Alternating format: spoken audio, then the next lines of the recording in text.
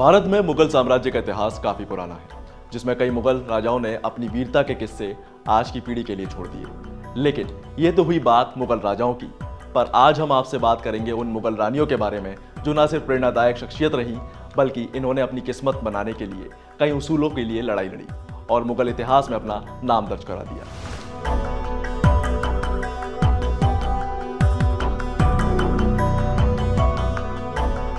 ये वो रानियां हैं जिनके बारे में आपने कभी पढ़ा या कहानी किस्सों में सुना जरूर होगा। तो चलिए बात करते हैं कुछ ऐसी ही रानियों के बारे में जिनके नाम मुगल साम्राज्य के इतिहास में दर्ज हो गए। मुगल साम्राज्य की शक्तिशाली रानियों के बारे में जानने से पहले हम जरा इतिहास के कुछ पन्नों को पलट लेते हैं। असल में मुगल साम्राज्य का दौर भारत में लगभग 1526 से 1857 के बीच रहा था और इसकी शुरुआत बाबर ने पानीपत की लड़ाई से इब्राहिम लोदी को हराकर की थी। और इसके बाद शुरू होता है दौर हुमायूं, अकबर, जहांगीर, शाहजहां और औरंगजेब के शासन का। ये वो राजा हुए जिन्होंने अपने शासनकाल में समाज को खूब आगे बढ़ाया और इसमें साथ दिया उनकी रानियों ने। सबसे पहले बात करते हैं गुलबदन बानो की। साल 1523 में अफगानिस्तान के काबुल में जन्मी गुलबदन बानो बाबर की बेटी थी। उस वक्त इन्हें सबसे शानदार राइटर के तौर पर देखा जाता था। गुलबदन को बचपन से ही कहानी, कविताएं लिखने पढ़ने का शौक था और वो रोज बैठकर मुगल बादशाह अकबर को कहानियां सुनाया करती थी। अकबर को उनके कहानी कहने का अंदाज बड़ा भाता था और एक दिन अकबर ने पिता हुमायूं की जीवनी लिखने का काम गुलबदन को सौंप दिया। असल में इसकी दो वजह थी। पहली ये कि एक तो अकबर को उनका कहानी कहने और लिखने का अंदाज बड़ा पसंद था और दूसरा ये कि अकबर अपने पिता के जीवन को गहराई से जानना चाहते थे। कुछ इतिहासकारों का कहना है कि मुगलों के दौर में शाही परिवारों के बारे में बड़ा चढ़ाकर लिखा जाता था, लेकिन गुलबदन ने ऐसा कुछ नहीं किया। उन्होंने हुमायूं के बारे में बेहद सरल भाषा में उनकी जीवनी को लिखा। वो गुलबदन ही थी जिन्होंने बादशाह हुमायूं के जीवन के हर पहलू को इतिहास में दर्ज कर दिया। अब आपको जानकर हैरानी होगी कि गुलबदन ने हुमायूं का हुमायूंनामा बुढ़ापे तक लिखा था और बादशाह की जीवनी 16वीं सदी तक एक ऐसा दस्तावेज था जो किसी महिला ने लिखा था। साथ ही आपको यह भी बता दें कि हुमायूंनामे में गुलबदन ने राजा के शासन के अलावा उनके जनान खाने यानी हरम के बारे में भी कई दिलचस्प बातें लिखी। उस दौर में जनान खाने में महिलाओं के बीच कैसे रिश्ते थे, उनका काम क्या था और उनकी पसंद नापसंद कैसी थी, इसका जिक्र भी जीवनी में किया गया था। गुलबदन ने हुमायूं की जीवनी को बादशाह की वीरगाथा का दस्तावेज नहीं बनने दिया। उन्होंने जीवनी में अपनी सहेली हामिदा और हुमायूं की प्रेम कहानी का जिक्र भी किया। लिखा कैसे हामिदा पहले हुमायूं से शादी करने के लिए राजी नहीं हुई, लेकिन बाद में उसने प्रेम प्रस्ताव स्वीकार कर लिया। वहीं पिता बाबर के बारे में उन्होंने लिखा कि जब 22 साल की उम्र में हुमायूं बीमार पड़े थे तो बाबर किस तरह उनको लेकर परेशान रहा करते थे। उनके बिस्तर के आगे पीछे घूमते रहते थे, लेकिन जब बाबर ठीक हुए तो वो चल बसे। चलिए अब बात करते हैं मासूम सुल्तान बेगम की। सुल्तान बेगम मुगल राजकुमारी होने के साथ साथ पहले मुगल सम्राट बाबर की होनार बेटी थी। उनके नाम का जिक्र गुलबदन ने हुमायूंनामे में भी किया था। वजह थी इनका गुलबदन की बहन होना, जिन्हें बड़ी बहन मनु के नाम से जाना जाता था। और इतिहास कहता है कि इनके जन्म के बाद ही इनकी मां चल बसी, जिसने उसे नाम दिया था। हालांकि बाद में बाबर ने उनकी परवरिश की और इसके बाद उन्होंने मुगल साम्राज्य को खूब संभाला। आपने कई कहानी किस्सों और किताबों में नूरजहां का नाम जरूर सुना होगा। असल में जब बात मुगल साम्राज्यों की शक्तिशाली महिलाओं की आती है तो इनका नाम बड़े ही अदब के साथ लिया जाता है। इसकी सबसे बड़ी वजह है इनका मुगल बादशाह जहांगीर की पत्नी होना। वैसे इन्होंने मुगल शासन में अपनी एक अहम भूमिका अदा की।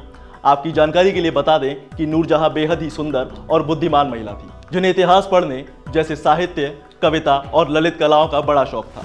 उन्होंने जहांगीर से लगभग 1611 ईस्वी में शादी की थी और शादी के बाद ये मुगल साम्राज्य की रानी और जहांगीर की बेगम बनी। इस दौरान उन्होंने कई सामाजिक और सांस्कृतिक कार्यों में काम किया और जानते हैं, ऐसा करने से उनकी लोकप्रियता इतनी बढ़ गई कि उस दौरान चलने वाले सिक्कों पर भी उनका नाम खोदा जाने लगा और तब से आज तक इनके वंशज इन्हें आज भी याद करते हैं। और अब मैं एक ऐसा नाम आपको बताने वाला हूं जिसका जिक्र कम ही होता है, लेकिन जब जब होता है तो वो बड़े ही गौरव के साथ लिया जाता है। जी हाँ, ये थी 22 दिसंबर 1584 को जन्मी आराम बानो बेगम। ये अकबर और बीबी दौलत शाह की सबसे छोटी बेटी थी। आराम बानो बेगम को हरम की तितली भी कहा जाता था, क्योंकि ये ना सिर्फ सुंदर थी बल्कि किसी भी सिचुएशन में अपने पिता के खिलाफ जाने का साहस भी रखती थी। तेज तर्रार और बातूना नेचर रखने की वजह से वो काफी मशहूर थी और इसी वजह से इन्हें आज भी रानियों की कहानियों में याद किया जाता है। अब बात करते हैं उस रानी की जिसकी चर्चा वक्त वक्त पर तेजी से होती रही। अकबर की बेगम जोधाबाई से तो दुनिया वाकिफ है, लेकिन रुकैया सुल्तान भी एक मुगल राजकुमारी थी। उन्होंने अकबर से 9 साल की उम्र में मंगनी कर ली और 14 साल की उम्र में अकबर से निकाह कर लिया। और यही अकबर की पहली बेगम भी थी। बता दें कि रुकैया बेगम ने न सिर्फ मुगल साम्राज्य की शक्तिशाली महिला बनी, बल्कि उन्होंने हिंदुस्तान पर साल 1557 से 1605 तक मलिका बनकर राज भी किया। यह फायदा उन्हें अकबर की पहली बीवी होने की वजह से मिला। वैसे इसमें एक सच और भी है, और वो ये कि रुकैया बेगम अकबर की चचेरी बहन थी, जिसने अकबर से निकाह कर लिया था। रुकैया बेगम अकबर की बेहद खास और पसंदीदा पत्नियों में से एक थी।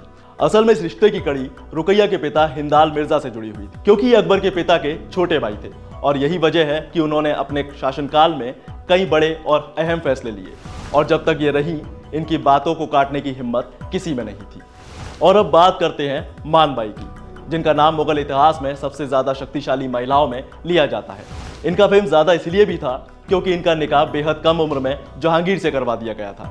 यह फैसला उनके पिता भगवंत दास ने लिया था, जो बिना उनकी रजामंदी से लिया गया था, और निकाह के बाद इनका नाम बदलकर शाह बेगम रख दिया गया।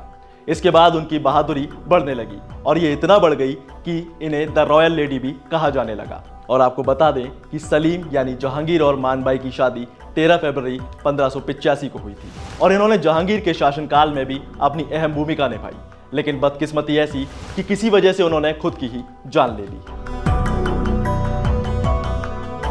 मुगल इतिहास की सबसे लोकप्रिय और पावरफुल रानियों में सलीमा सुल्तान बेगम का नाम भी आता है। वजह थी इनका नाम मुगल बादशाह अकबर से जुड़ा होना। और आपकी जानकारी के लिए बता दें कि सलीम बेगम तैमूरी राजवंश से ताल्लुक रखती थी, जिसमें उनका जन्म 23 फरवरी 1539 को हुआ था। पिता का नाम था नूरुद्दीन, जो बेहद जाबाज हुआ करते थे। हालांकि सलीमा बेगम अकबर की दूसरी बेगम थी। इससे पहले उनका निकाह बैरम खां से करवा दिया गया था, और लोग इसीलिए भी ज्यादा पसंद इन्हें किया करते थे क्योंकि सलीमा बेगम दिल की बेहद साफ और सच्चाई पर चलने वाली राजकुमारी रही थी। उन्होंने अकबर को कई बार संभाला, लेकिन कहते हैं ना कि अच्छे लोग अक्सर दुनिया जल्दी छोड़ देते हैं, और ऐसा ही सलीमा सुल्तान बेगम के साथ हुआ। उन्होंने 15 दिसंबर 1612 को दुनिया को अलविदा कह दिया, और ऐसा कहा जाता है कि उनकी कब्र आगरा में मौजूद है।